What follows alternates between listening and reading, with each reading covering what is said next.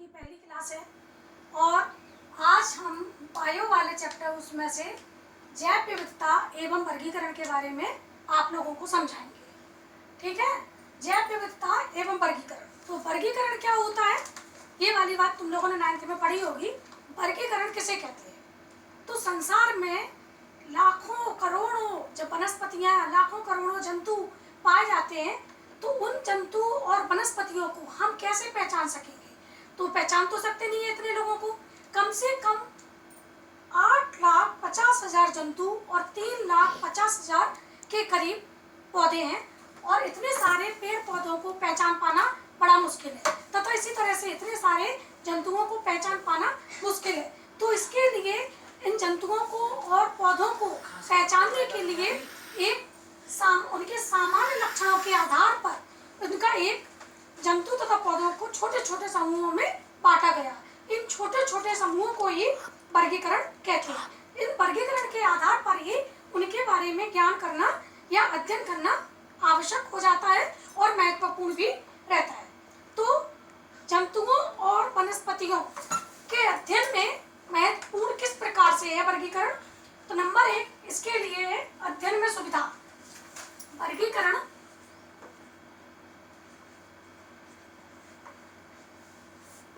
Number 1, इसमें अध्ययन में सुविधा।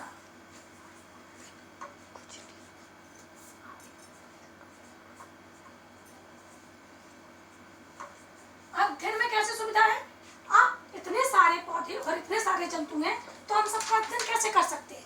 जब हम इनको समूह में बांट देंगे तो समूह के हिसाब से, जैसे एक समूह में कई तरह के जंतु आएंगे, तो एक जंतु के बारे में भी पढ़ेंगे तो उस पूरे समूह के बारे में हमको पता चल जाएगा।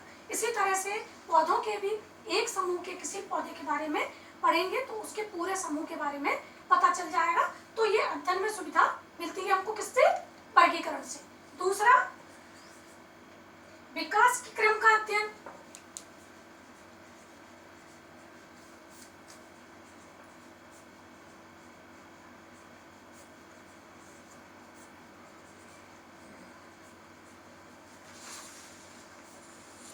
विकास के क्रम, अब विकास कैसे पता चलेगा? जैसे पौधे हैं, छोटे से छोटे पौधे, एक कोशिकीय पौधे से बड़े बहुकोशिकीय पौधे, बड़े पौधे तक आते हैं, तो पता कैसे चलेगा उनका विकास कैसे हुआ है? इसी तरह से जंतु, बहुत से जंतु एक कोशिकीय होते हैं, फिर बहुकोशिकीय होते हैं और बड़े बड़े जंतु होते हैं, तो उनका विकास कैसे हुआ है, किस तरह से, किस क्रम में उनका विकास आगे हुआ है, तो उसका भी अध्ययन हमको वर्गीकरण के द्वारा ही पता चलता है या उसके द्वारा हम इसको पढ़ा सकते हैं। तीसरा है संयोजक कड़ी का ज्ञान।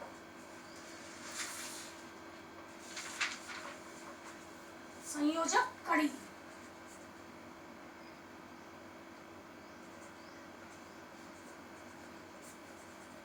संयोजक कड़ी क्या है? संयोजक कड़ी उसको कहते हैं जैसे कि हमने किसी भी जंतु का या पौधों का हमने वर्गीकरण के आधार पर उनका समूह बना लिया। समूह में ऐसे एक समूह में फाइलम आता है, एक फाइलम के जो जंतु हैं दूसरे फाइलम के जो जंतु हैं, तो कुछ जंतु ऐसे होते हैं जो दोनों के बीच की कड़ी होती है। जैसे आर्कियोप्टेरिस का तुम लोगों ने नाम सुना होगा। आर्कियोप्टेरिस क्या है? ये पक्षी और आर्थ्रोपोडा दोनों के बीच की कड़ी मानी जाती है, क्योंकि उसमें कुछ लक्षण आर्थ्रोपोडा के होते हैं और कुछ उसमें पक्षी के होते हैं और कुछ उसमें एबिस के होते हैं। तो इस तरह से दोनों के बीच की कड़ी पाई जाती है। चौथा है जीवों का विकास का ज्ञान।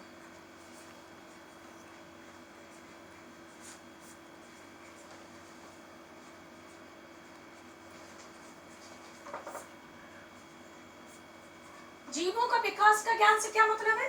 जैसे कोई जीव है, उसका विकास कैसे होगा?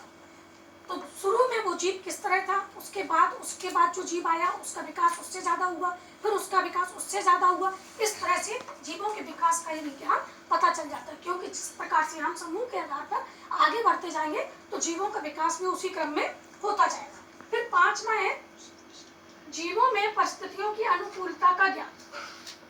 जीवों में परिस्थितियों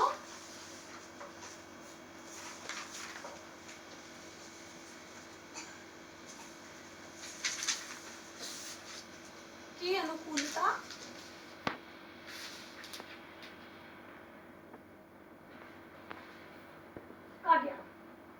जैसे किस परिस्थिति में कौन सा जीव है, तो उसके अनुकूल वो किस प्रकार से अपना जीवन जी रहा है, तो उसकी अनुकूलता का भी ज्ञान हमको वर्गीकरण के द्वारा ही प्राप्त होता है। समझ में आया? तो ये हमको वर्गीकरण